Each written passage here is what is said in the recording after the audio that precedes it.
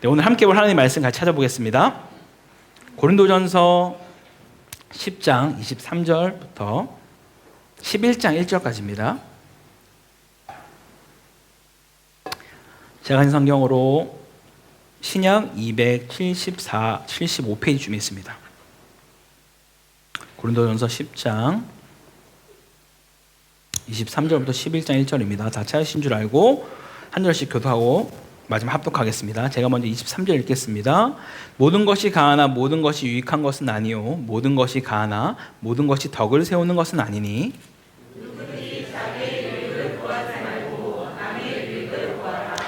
물을 시장에서 파는 것은 양심을 위하여 묻지 말고 먹으라. 불신자 중 누가 너희를 청할 때 너희가 가고자 하거든 너희 앞에 차려놓은 것은 무엇이든지 양심을 위하여 묻지 말고 먹으라.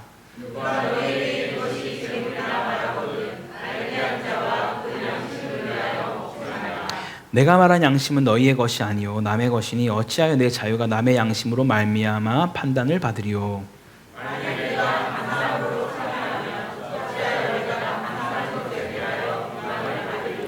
그런즉 너희가 먹든지 마시든지 무엇을 하든지 다 하나님의 영광을 위하여 하라.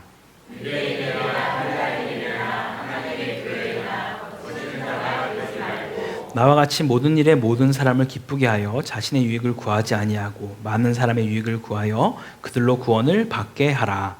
내가 그리스도를 본받는 자가 된 것 같이 너희는 나를 본받는 자가 되라. 아멘. 여러분 혹시 2007년에 개봉한 밀양이라는 영화 혹시 아십니까? 아마도 많이들 보셨을 것 같고 보지 않으셨어도 어떤 내용인지는 대략적으로 알고 있을 것 같습니다. 많은 이들이 이 영화가 개봉됐을 때 기독교를 비난하는 영화다 라고 말을 했지만 또 다른 한편으로는 오히려 기독교에 대한 올바른 신앙에 대해 돌아보게 하는 그런 영화이기도 하다라는 이야기들을 했습니다. 특히 가장 많이 회자되는 장면이 전도연이 극중 아들을 죽인 범인을 용서하기 위해서 교도소에 찾아가는 장면이죠. 그래서 자기가 그 범인을 용서하기 위해서 왔는데 이미 그 범인이 자기는 교도소에서 신앙을 가져서 자기도 하나님께 회개하고 용서를 받았고 기쁨과 평안 가운데 지내고 있다 뭐 이런 말을 하는 장면이 나옵니다. 사실 어떤 면에서 그런 범죄자가 예수를 믿고 변화받아서 자신의 죄를 회개하고 이제 올바른 모습 살아간다라고 하면 정말 기쁜 일이긴 하겠죠. 그런데 정말 그가 진정으로 주님 앞에 회개를 했다라면 어떤 모습으로 반응하는 게 맞았을까요? 결코 자기가 죽인 그 어머니 앞에서 그렇게 해맑게 웃으면서 자기는 용서받아서 이젠 평안하다라는 말을 정말 감히 입 밖에 내지 못할 겁니다. 진정한 회개를 했다라면. 정말 무릎부터 꿇어야 될 것이며 정말 자기가 씻을 수 없는 죄를 정말 어머니께 지었습니다.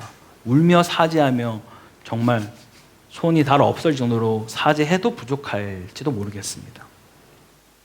그런데 그냥 그렇게 하지 않고 자기는 평안하다라고 말하는 것이죠.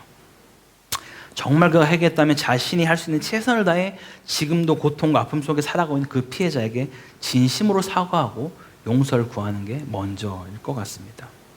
결코 주님이 말씀하신 제사함이 피해자의 고통은 아랑곳하지 않고 가해자의 그 자기 기만적인 셀프 사죄로 안도감을 정당화시켜주는 그런 수단으로 사용되어져서는 안 된다라는 것이죠. 그런데 이보다 더한 사건이 또 있었습니다. 한 범죄자였던 그 사람이요, 자신이 그리스도의 향기를 뿜으며 살 것이고 기쁜 복음을 전하며 살겠다고 15년간 수감하다가 이제 드디어 풀려나서 그런 어떤 인터뷰를 했습니다. 자기 예수 믿고 변화되어서 자기는 정말 그리스도 향기를 뿜으며 살겠다 라고 얘기했는데 나가자마자 사람을 2명 죽이고 자수를 하는 그런 일도 있었습니다. 혹시 몰라 이 기사에 대한 댓글을 살펴보았는데 역시나 뭐 그 사람에 대한 이야기보다는 기다렸다는 듯이 이 기독교에 대한 뭐 예수 믿어도 이런 사람을 죽이고 뭐 기타 등등의 많은 그런 비난의 글들이 쏟아졌습니다. 아마 오래전부터 사람들은 기독교에 대한 어떤 기대를 하지 않지만 목회자라 그런지 모두는 아닐지언정 얼마만이라도 그 지탄이 아닌 칭찬을 받는 일이 있으면 좋겠다라는 마음을 좀 가지게 되더라고요. 오늘 본문을 통해 우리가 모든 것을 다 말할 수는 없지만 우리가 이 땅에서 그리스도인을 산다라는 것이 과연 정말 어떤 삶을 말하는 것일까를 같이 좀 살펴보기 원합니다.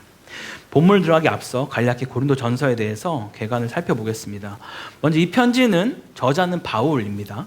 바울 서신 중에 하나이며 바울이 고린도 교회에 보낸 첫 번째 편지이죠.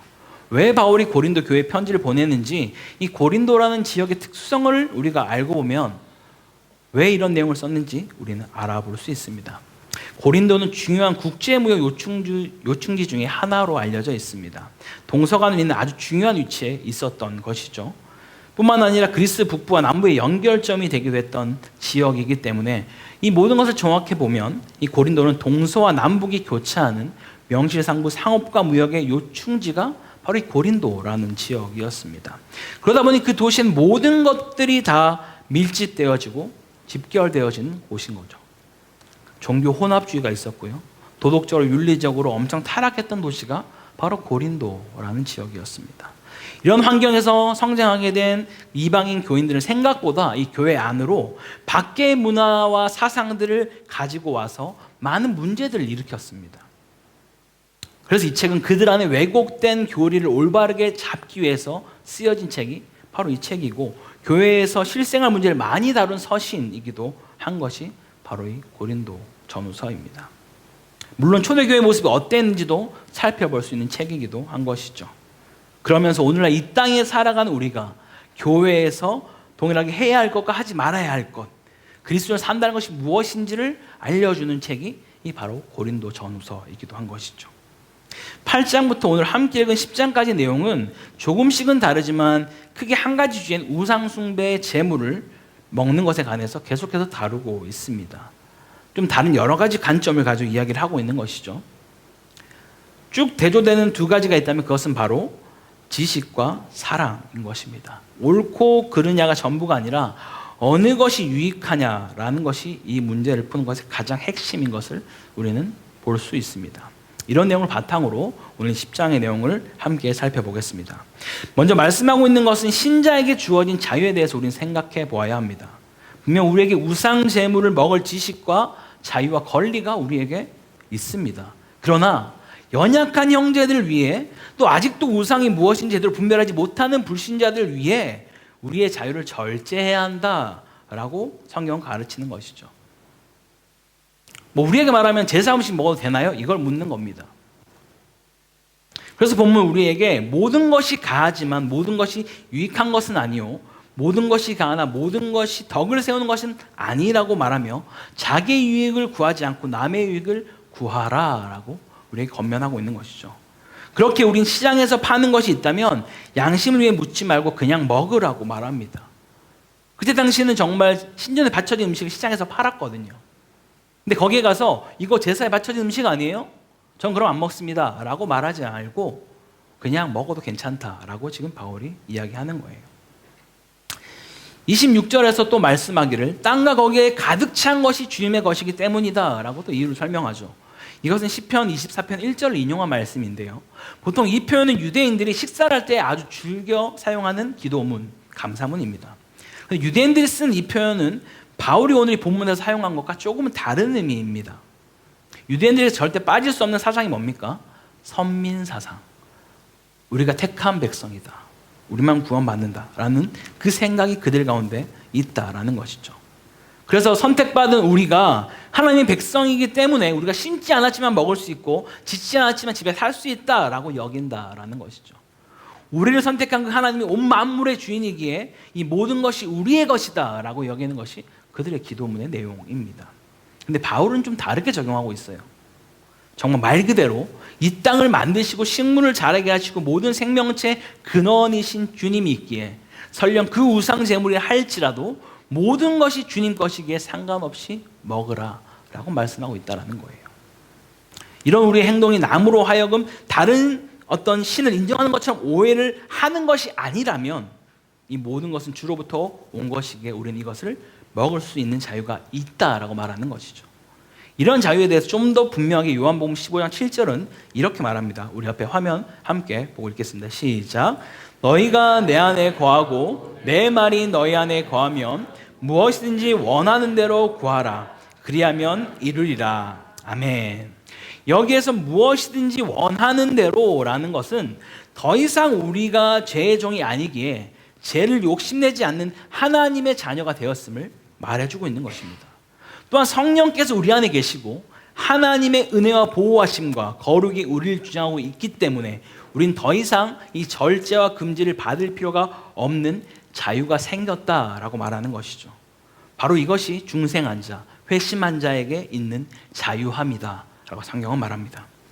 우리가 예수 믿기 전에 할 수 있는 것은 바로 죄밖에 없었습니다. 헛된 것을 쫓아 살고 흑암 속에 있으며 무지하고 완악하고 육신의 정욕에 매달려 살았다라는 것이죠. 그러다 보니 거짓과 참됨을 구별할 줄도 모르고 설령 구별한다 할지라도 죄의 영향력을 벗어나지 못하는 그러한 삶을 우리 예수 믿기 전에 살았다라는 것이죠. 그래서 늘 우리 안에는 하지 마라라는 것밖에 없는 그러한 삶을 살았다라는 것입니다. 그러나 이제는 우리가 예수 안에 있고 성령이 내 안에 계시기에 우리는 하라는 이야기를 듣게 되는 것입니다. 무엇을 해야 하나요? 바로 거룩한 것을 우리는 해야 합니다. 할렐루야. 이것이 바로 신자인 우리에게 주어진 자유인 것이죠. 유대주의에 빠져있던 그들에게 늘 하지 말라고만 하는 그 율법주의, 613가지 율법을 지켜야만 그들이 구원받는다고 믿는 그런 것에 얽매여 있는 것이 아니라 성령께서 주시는 자유함을 우리 가운데 누리며 살아갈 수 있다라고 말하는 것이죠. 허나 그 안에서 우리는 절제를 하는 것이다 라고 말하는 것입니다.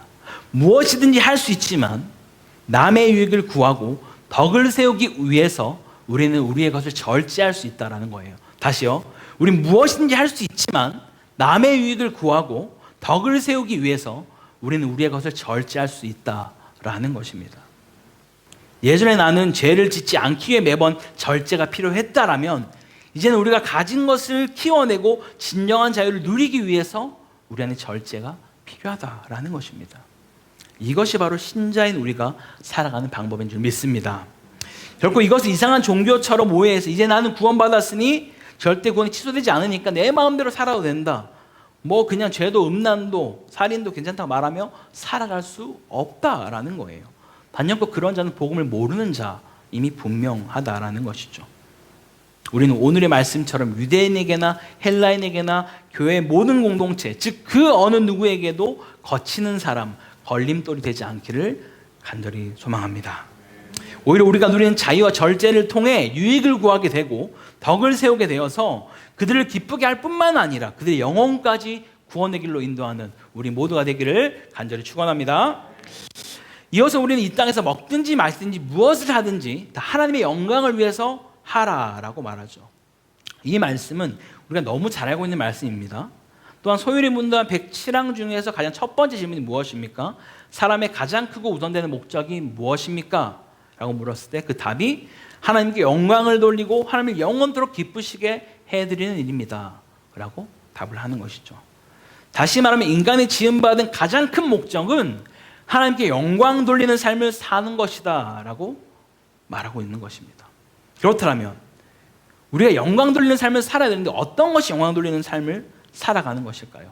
흔히 많이 접하는 장면이 있을 겁니다. 하나님께 영광 돌립니다 라고 말하는 그 고백들 어디서 많이 보죠?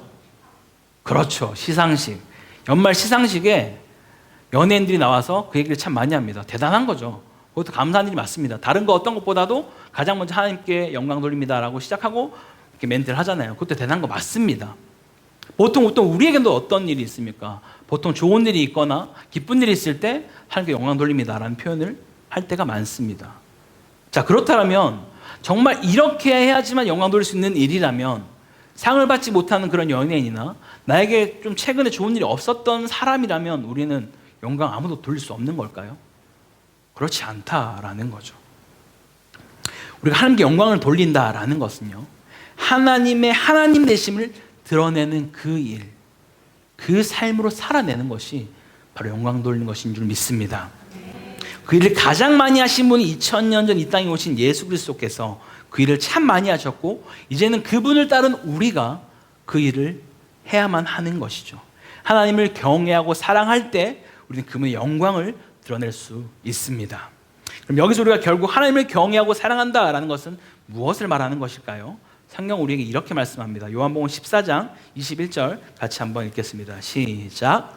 나의 계명을 지키는 자라야 나를 사랑하는 자는 내 아버지께 사랑을 받을 것이요 나도 그를 사랑하여 그에게 나를 나타내리라. 아멘. 그렇습니다. 저는 율법주의자가 아닙니다. 근데 성경은 끊임없이 우리에게 이렇게 말씀하고 있어요. 나의 계명을 지키는 자라야 나를 사랑하는 자다.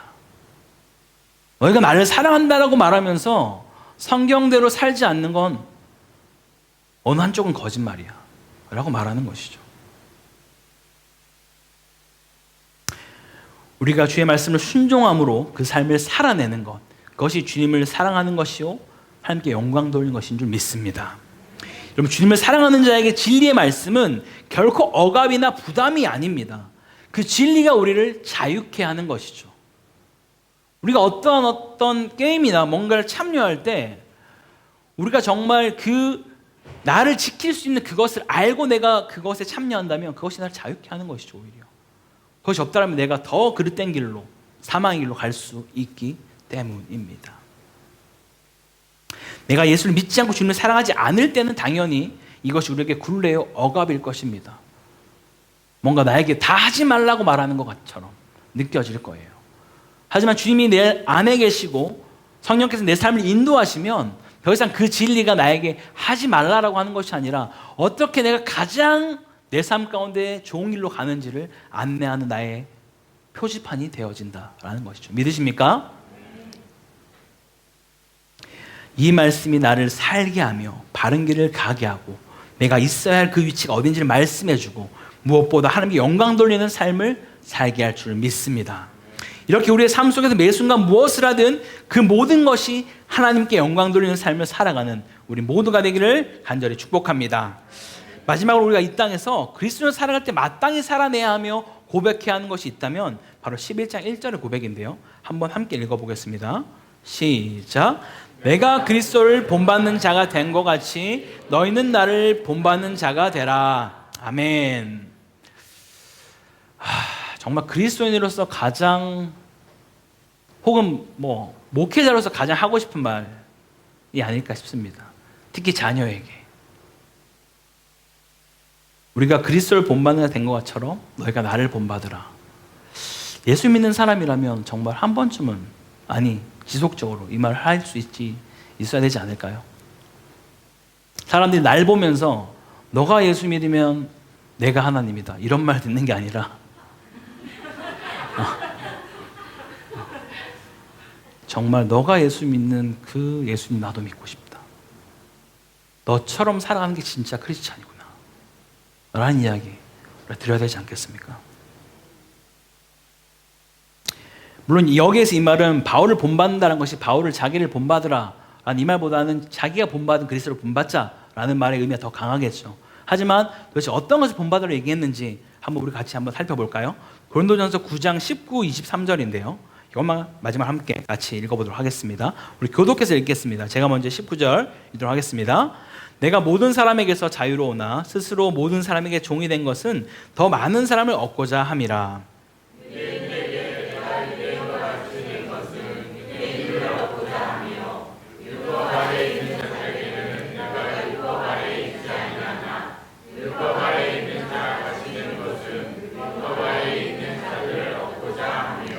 율법 없는 자에게는 내가 하나님께는 율법 없는 자가 아니요 도리어 그리스도의 율법 아래에 있는 자이나 율법 없는 자와 같이 된 것은 율법 없는 자들을 얻고자 함이라.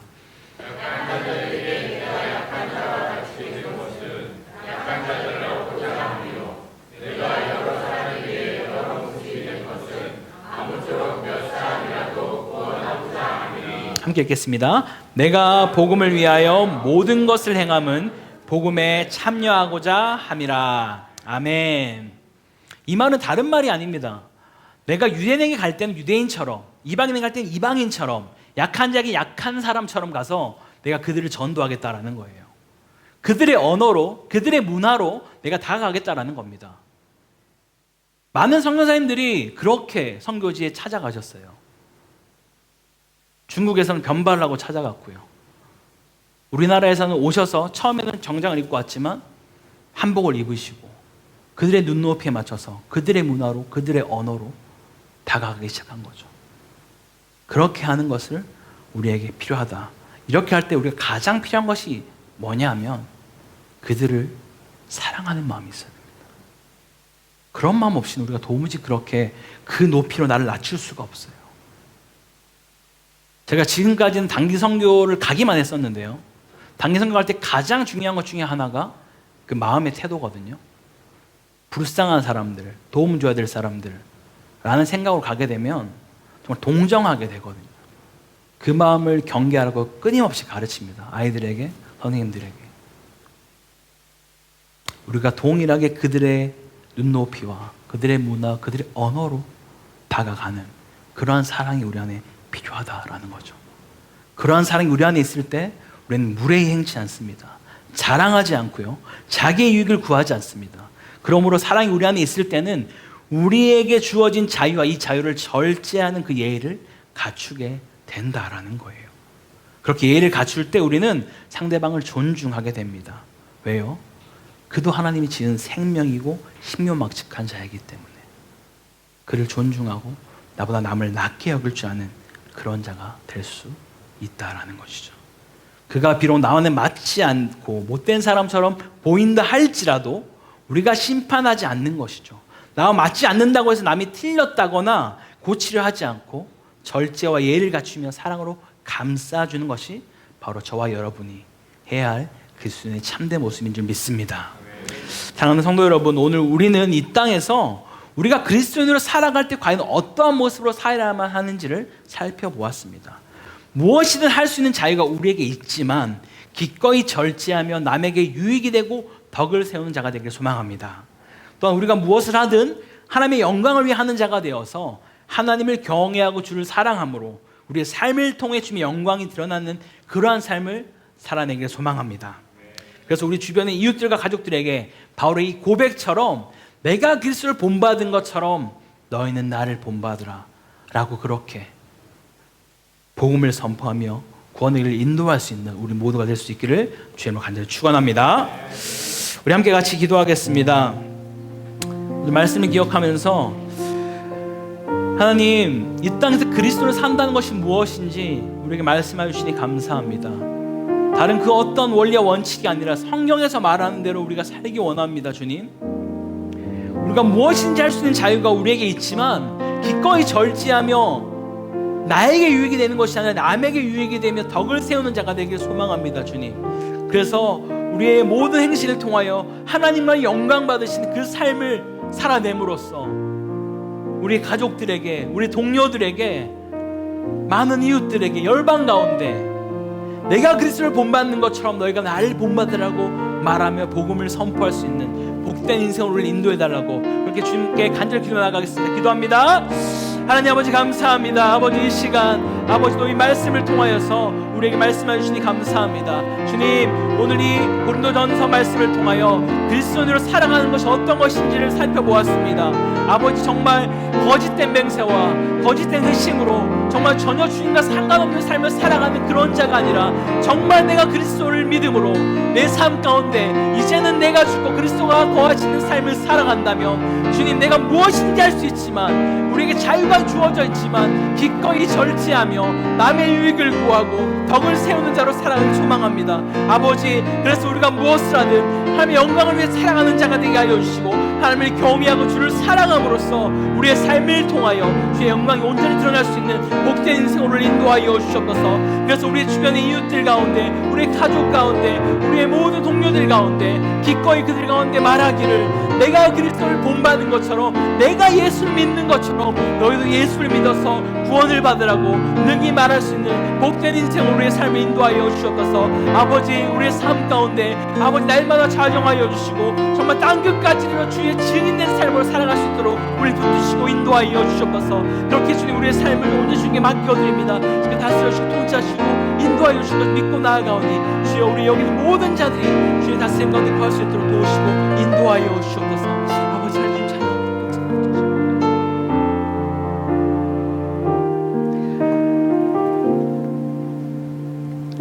하나님 아버지 감사합니다.